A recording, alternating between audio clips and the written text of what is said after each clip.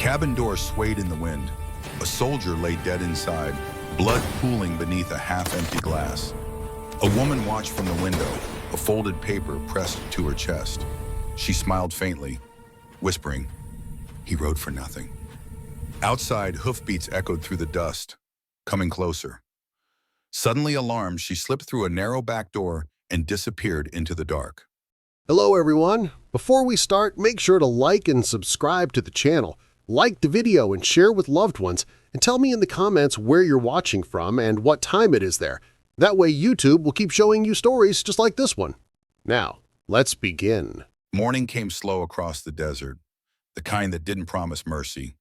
The sun dragged itself over the ridges, spilling gold over miles of nothing, just sand, rock, and the ghosts of men who never made it to where they were going. Skye Williams rode through it like he belonged there, lean, dust-worn, and quiet as the wind that followed him. His horse was tired, same as him, and the both of them looked like they'd seen too much road and too little rest. On his saddlebag sat a small leather parcel, stamped with the Army's seal, sealed tight, trusted to him and him alone. The pay wasn't much, but the job was simple.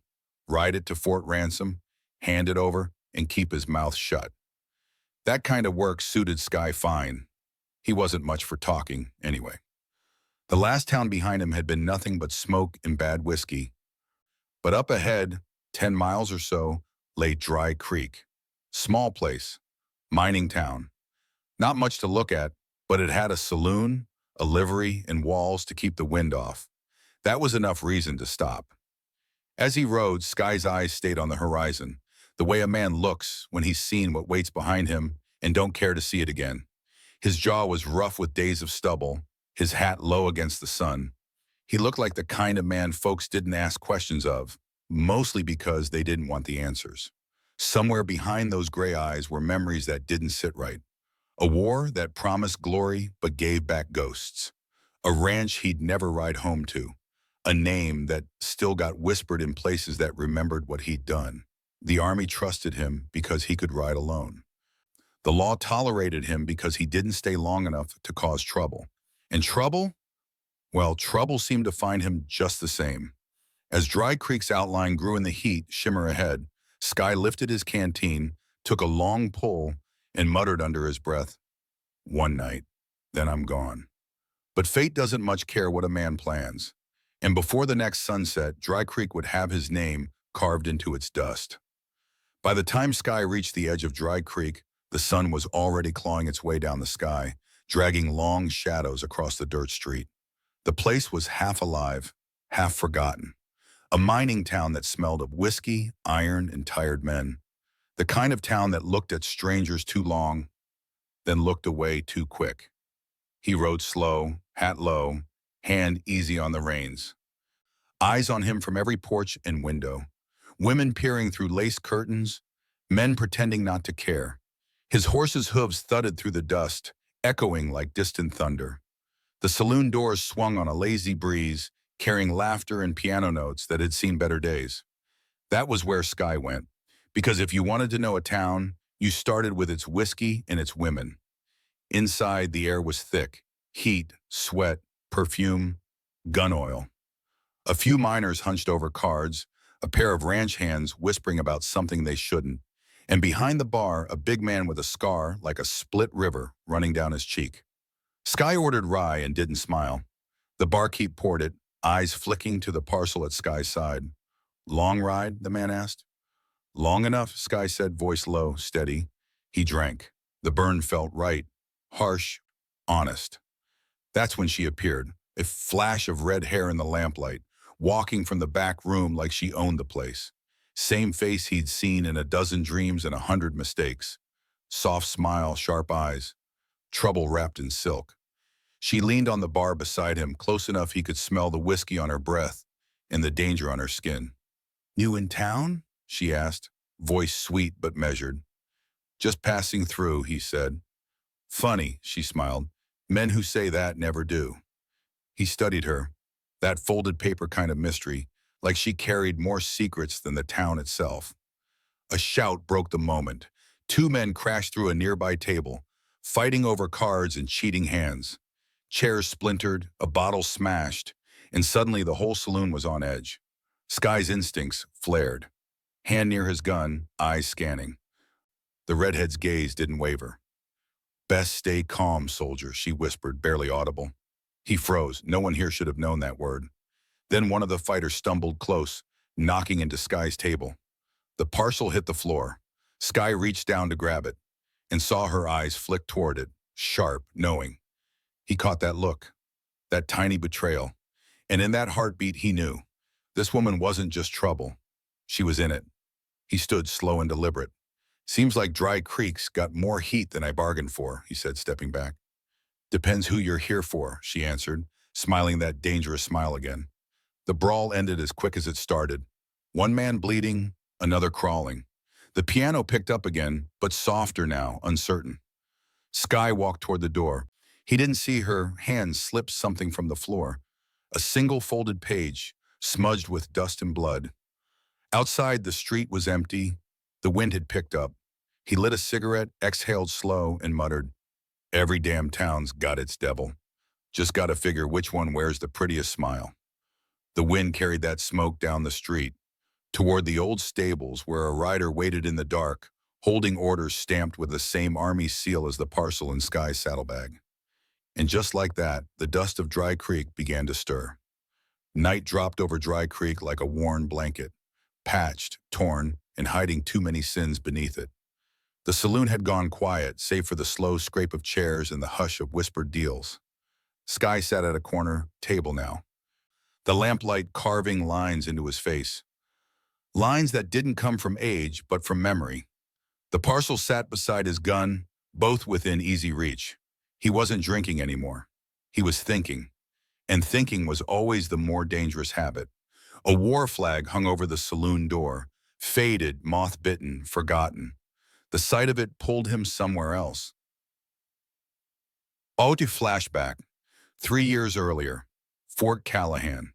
The air stank of smoke and rot. Skye stood knee-deep in mud and blood, rifle in hand, men screaming around him. A shell had torn through the ridge, and the only thing left standing was a makeshift command tent and a handful of broken men. Orders were shouted. "Hold the line, don't fall back, die where you stand." But Skye had seen enough men die for men who never bled. He remembered one of them, a captain with clean boots and dirty hands. The man sent his boys into gunfire while he hid behind a whiskey crate. Skye never forgot his name, Colonel Rawlins. The same seal now stamped on the parcel he carried. He'd followed orders then. He didn't anymore. When the smoke cleared, Skye walked away. They called it desertion. He called it sanity. Back in Dry Creek, the sound of boots snapped him from the past.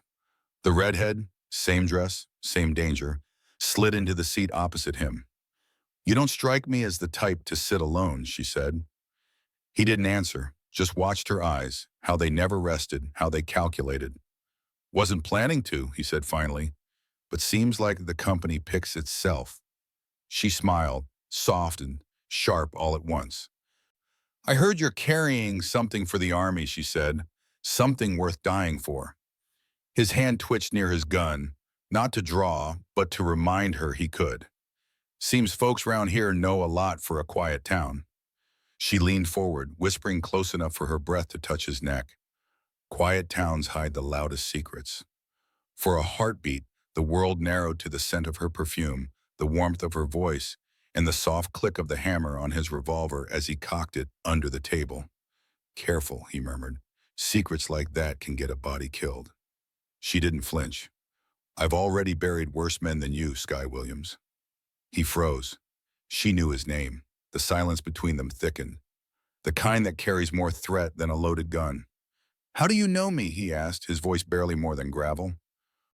"Let's just say," she said, tracing her finger across his whiskey glass, "the army keeps a long memory, especially for the ones who don't follow orders." She rose, leaving behind a slip of paper, not folded, not sealed, just a name scrawled in a woman's hand. Rawlins. Then she was gone, vanishing through the saloon doors into the night. Skye stared at the paper, jaw tightening. Rawlins, the man from Fort Callahan. the man whose seal he was carrying. He looked down at the parcel, then at the paper and muttered, "So the war ain't over after all." He holstered his gun, stood, and threw a coin on the table.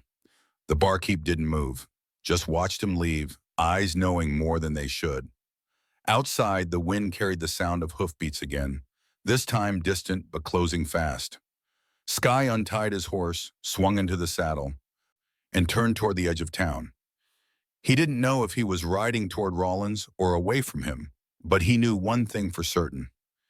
He wasn't riding alone anymore, because somewhere out there under the same dark sky, a woman with red hair and a stolen page was already 3 miles ahead. What would you have done if you were him? Chase her, trust her, or shoot her where she stood?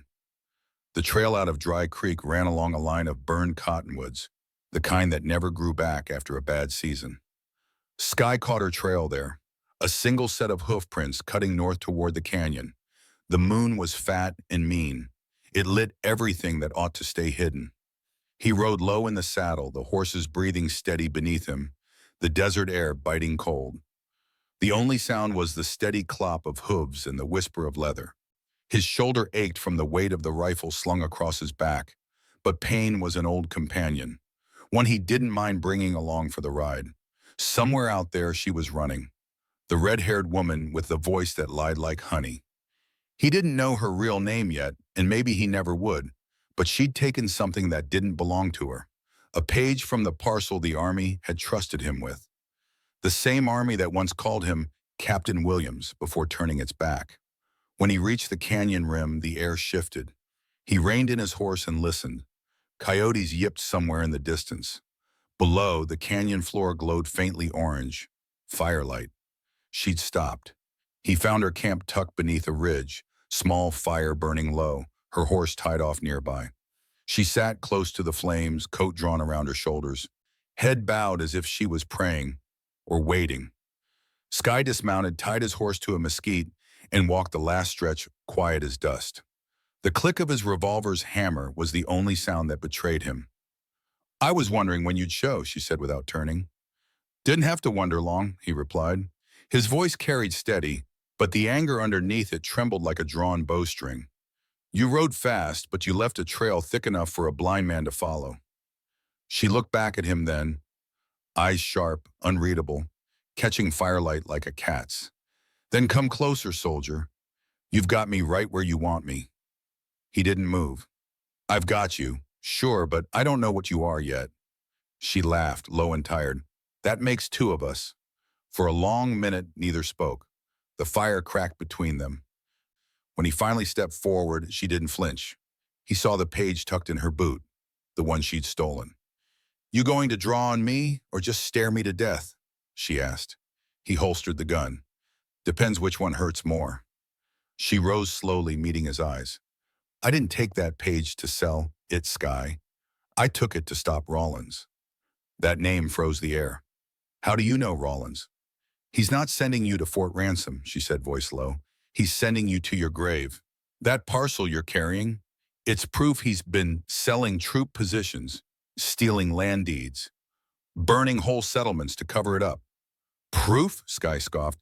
"You expect me to believe the Army's dirtiest officer just handed me his confession?" "Not all of it," she said, stepping closer. "That's why the page matters." The wind shifted. The fire sputtered. For a moment, her face softened. "You think you're the only one who's been used by men in uniforms?"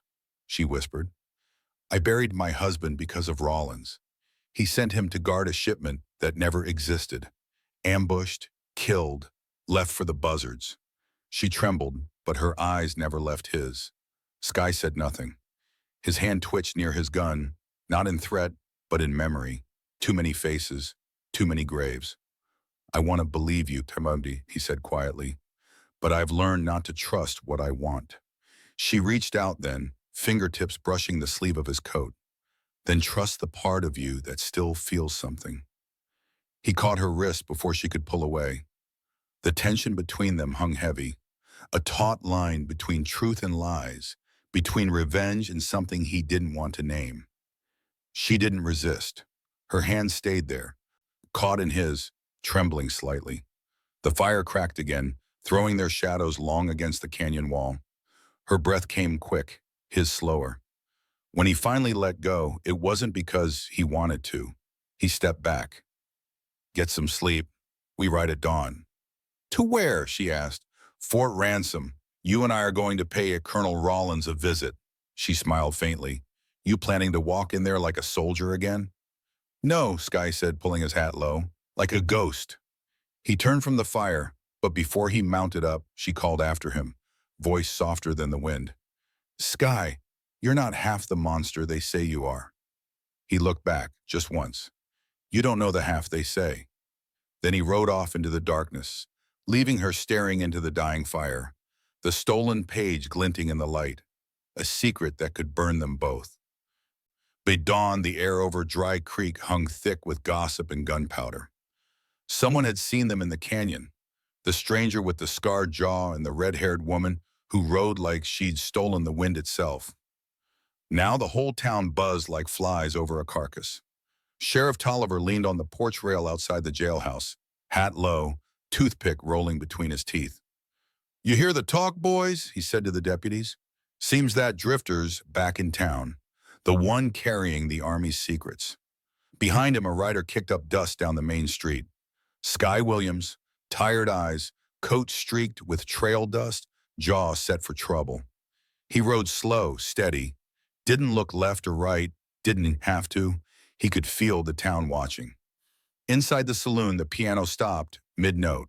Dice froze mid-roll, and behind the bar, old Hank muttered, That man's either bringing justice or burying it.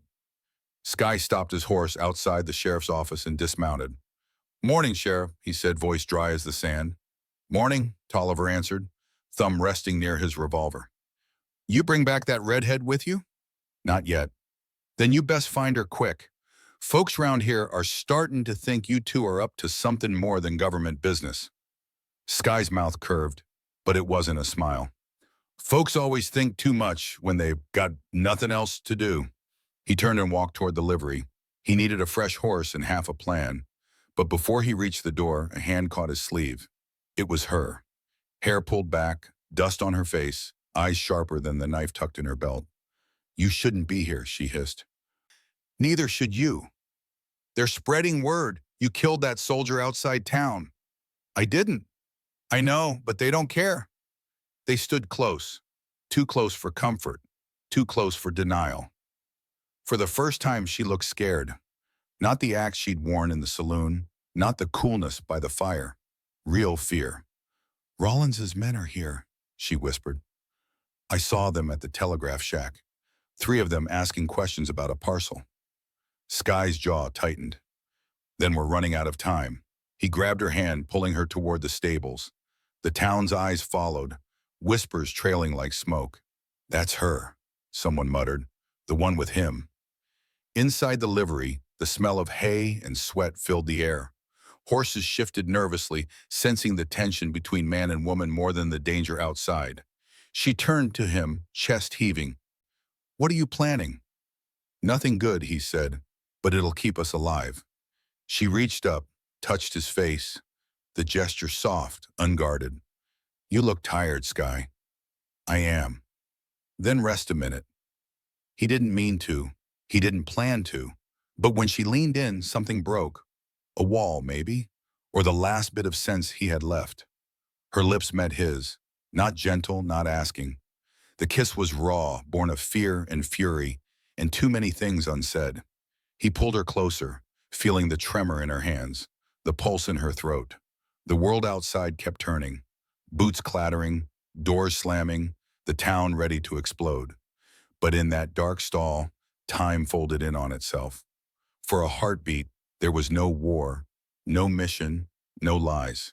Just 2 people who had run too far from everything and crashed into each other. When he finally pulled away, her breath caught. We can't stay, she said. I know. Then why? Because I don't know what tomorrow looks like. They stared at each other, neither moving, both knowing that whatever tied them together would burn them before it saved them. Outside, a voice shouted, Sheriff, riders coming in from the ridge. Skye looked to the door. Dust clouds were rising in the distance. 6 men on horseback, rifles glinting. Rawlins's men. He turned back to her. "You can still run." "I'm done running," she said. He grabbed his rifle, checked the chamber, and handed her a revolver. "Then stay close."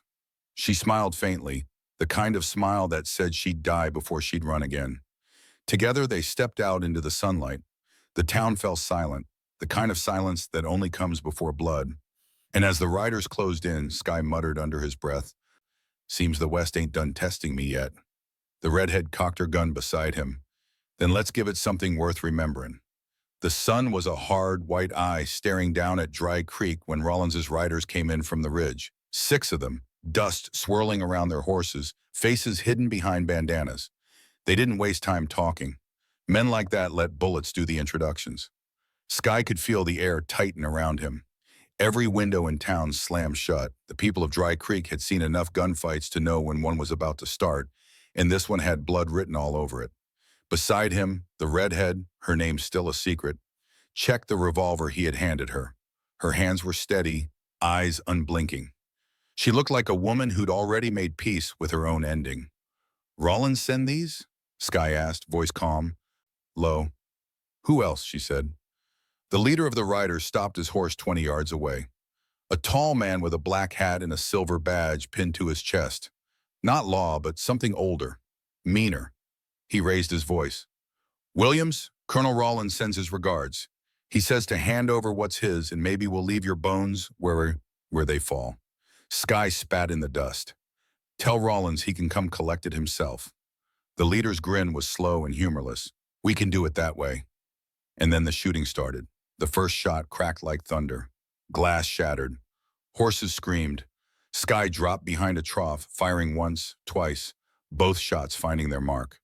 The redhead moved beside him, quick and deadly, taking down a man who tried to circle wide.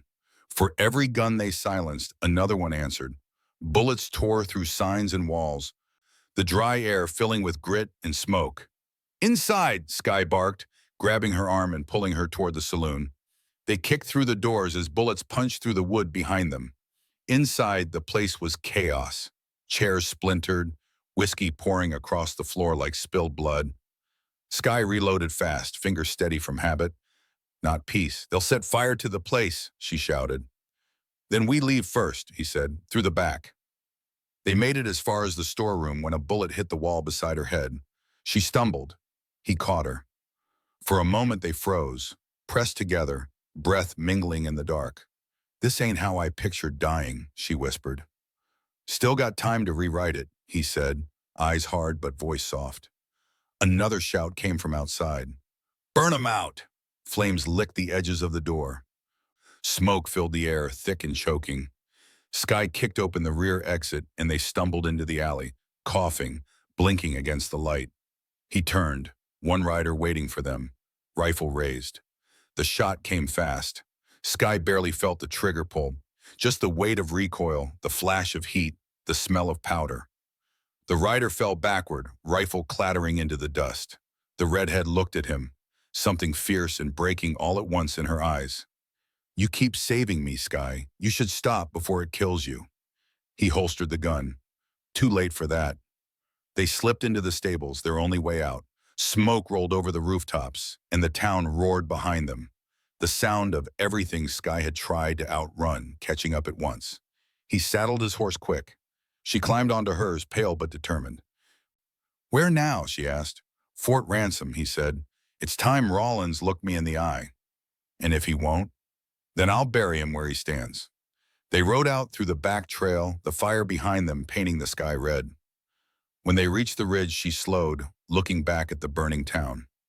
"Maybe this was always meant to happen," she said softly. All that dust and sin catching flame. Skye watched the smoke rise, a column of ghosts disappearing into the sun. "The West don't burn clean," he said, "just hot." They rode on until the sound of gunfire faded, until the desert swallowed the road and the horizon turned gold again. For a long while, neither spoke. The silence between them was thick, like everything they'd said with their eyes but not their mouths. Finally, she reached out, brushed his arm just once. He didn't pull away. Maybe it wasn't love. Maybe it was just survival. But for now, it was enough. When the smoke clears, do the people who survive become heroes? Or just ghosts with better aim? By the time the sun dropped behind the mesas, the desert had gone quiet again. The kind of quiet that comes after a storm. Heavy, listening, full of ghosts. Skye Williams rode at a slow walk, the horse's head bowed low, its coat streaked with ash from the fire still burning behind them. Every so often he'd glance back toward Dry Creek, now nothing more than a smear of smoke against the horizon. The woman rode beside him. Her red hair was tangled with dust, her face pale but hard. She hadn't spoken since they left the ridge. Neither had he. The silence between them was thicker than any argument. When the land finally flattened out into open basin, Skye slowed, dismounted, and nodded toward a cluster of rocks. "We'll camp here." She slid off her horse without a word. Together they worked by habit, gathering wood, checking ammo, tending the animals. The motions kept their hands busy, their minds less so. When the fire finally caught, she sat across from him, knees drawn up, eyes distant. The flames painted her face in golden shadow. Skye poured 2 cups of coffee from the blackened pot. He handed her one. "You're quiet." She gave a small, humorless smile. "Lost my taste for talking." He sipped his own, grimaced at the bitterness. "That happens." For a while they said nothing more.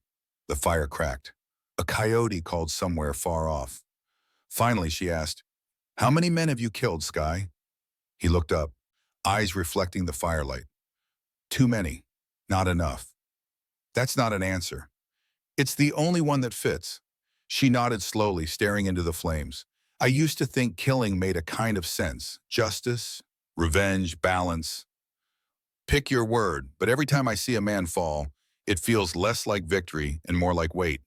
He watched her for a long moment. "You get used to the weight."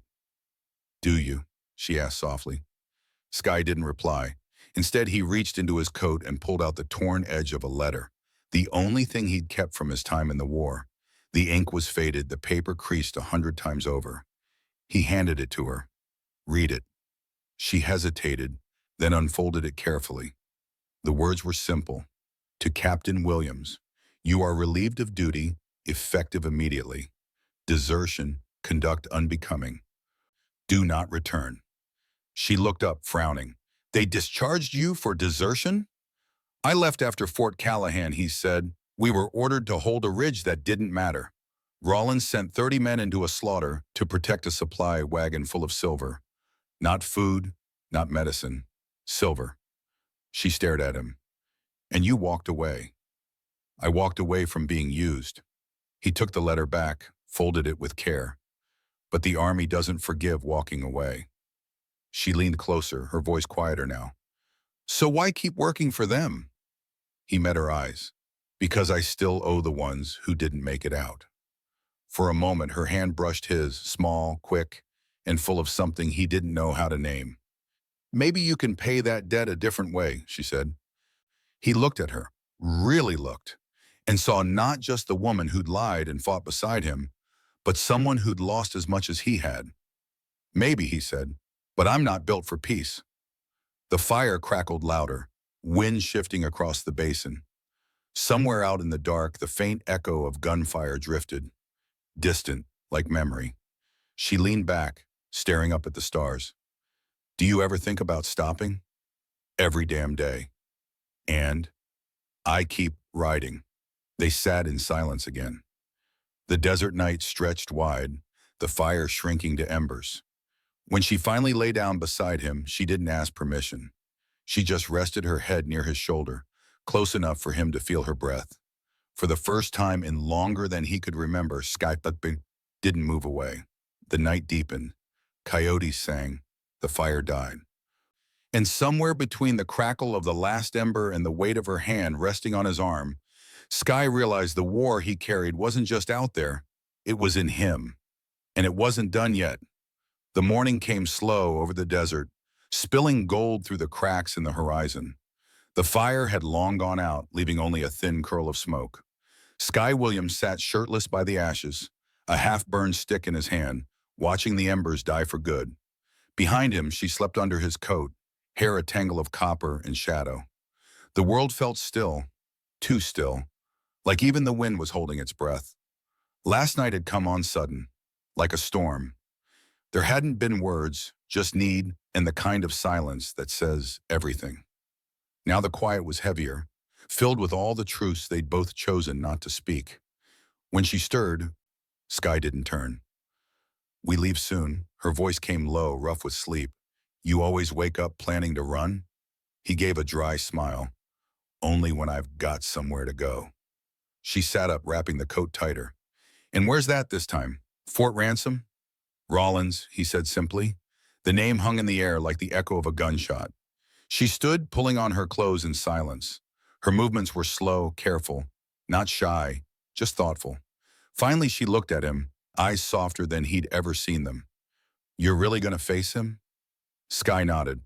"Man's got a debt coming due. You think killing him will balance it?" He met her gaze. "Ain't about balance. It's about ending something."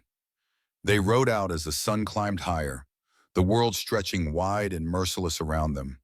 The desert shimmered in heat, the horizon a wavering line of promise and threat. Hours passed before she spoke again. "You ever think maybe Rollins sent you that letter on purpose? Maybe he wanted you chasing him. Then he's about to get what he wanted." She shook her head. "You don't get it, Skye. The page you're after, it's not just a list or a map. It names every man Rollins paid off during the war. Politicians, officers. If that gets out, there won't be a West left to live in." Skye's jaw tightened. "You seem to know a lot for someone who claims she just stumbled into this." She looked away. "Maybe I didn't stumble. Maybe I was sent to make sure you didn't finish the job." He reined in hard. Dust swirled around them. "You working for Rollins?"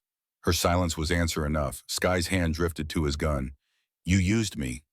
"No," she said quickly, voice shaking. "Not used, watched. I was supposed to keep you close until Rollins got what he needed back." He laughed once, bitter and tired. "And last night? That part of the job too?" Her eyes met his, glassy and pained. "That part was real." For a long time, Skye said nothing. The desert wind blew between them, cold and dry. Finally, he holstered his gun. "Then you've got one chance to make it right." She blinked. "How?" "Help me end him." She hesitated, then nodded. "He's at Fort Ransom, but it's not a fort anymore. It's a trading post and a trap." Skye spurred his horse forward. "Then we ride fast." By late afternoon, the sun bled red across the sky. Fort Ransom appeared ahead, a scattering of old walls and a few buildings leaning like drunk men. Smoke rose from a single chimney. They dismounted behind a ridge, studying the place. "There'll be men inside," she said. "15, maybe 6. Skye checked his revolver. "Good, I hate small talk." He turned to her, eyes steady. "When this starts, you stay low. If you see Rollins, don't hesitate." She gripped her own weapon, knuckles white. "What if you don't make it out?" "Then you tell the world what kind of man he was." They rode down slow, side by side. The sound of hooves on dry dirt echoed through the empty air. Somewhere inside the fort, a door creaked open. A voice called out, deep, amused, familiar. "Williams, you never did know when to quit." Skye swung off his horse, eyes narrowing. "I learned from the best." Rollins stepped into the light. Older, broader, his uniform replaced by a fine vest and the smug smile of a man who never had to pay for his sins. "Come on in," Rollins said. "You've been carrying my page long enough. Time to give it back." Skye's hand hovered near his holster. "You want it? Come take it." Rollins smiled wider. "Oh, I intend to." The woman's breath caught. She glanced at Skye, his jaw set, eyes cold. It was the same look he'd worn the day before every gunfight that ever mattered. And in that moment, the desert went still again. The West, once more, was holding its breath. Inside the walls of old Fort Ransom, time seemed to stop. The air was thick with dust and tension, the kind that felt alive, breathing, waiting. Rollins stood in the courtyard like a man welcoming an old friend. The redhead hovered behind Skye, her gun drawn, her eyes darting across the shadows. Every doorway, every rooftop whispered danger. You always did have a flair for drama, Williams, Rollins said, voice oily and smooth. But tell me, how's it feel chasing ghosts of a war nobody cares about anymore? Skye's eyes stayed on him, steady and cold. Feels like justice still owes me a debt. Rollins chuckled. Justice? He gestured around. Look at you, riding into my post with a traitor at your side and murder on your mind. You think you're the hero here? Skye said nothing. His silence was harder than any word. Rollins took a step closer, hands open. You want that missing boat? You can have it. He reached into his vest and pulled out a folded slip of paper. Stained, creased, real. It's all here, every name. But you and I both know the world ain't built for the truth. He tossed it at Skye's feet. The wind caught it, rolling it across the dirt like something alive. Take it, Rollins said. Then put that gun away and walk out of here. You'll live. Maybe even start over. The woman's voice came sharp. Don't listen. He's stalling. Rollins smiled at her, slow and cruel. Ah, my little messenger. I told you he'd follow his heart right into the fire. Didn't I? Her hand trembled around the gun. You used me. I use everyone, Rollins said. That's what power is. Before Skye could move, she fired. One shot, wild and desperate. It grazed Rollins's arm. He cursed, drew his weapon, and chaos exploded. Gunfire roared through the fort. Smoke filled the air. Skye dove behind a wagon, returning fire, his revolver barking lightning. The redhead dropped beside him, breathing hard. You hurt? He shouted. Only my pride, she yelled back, eyes blazing.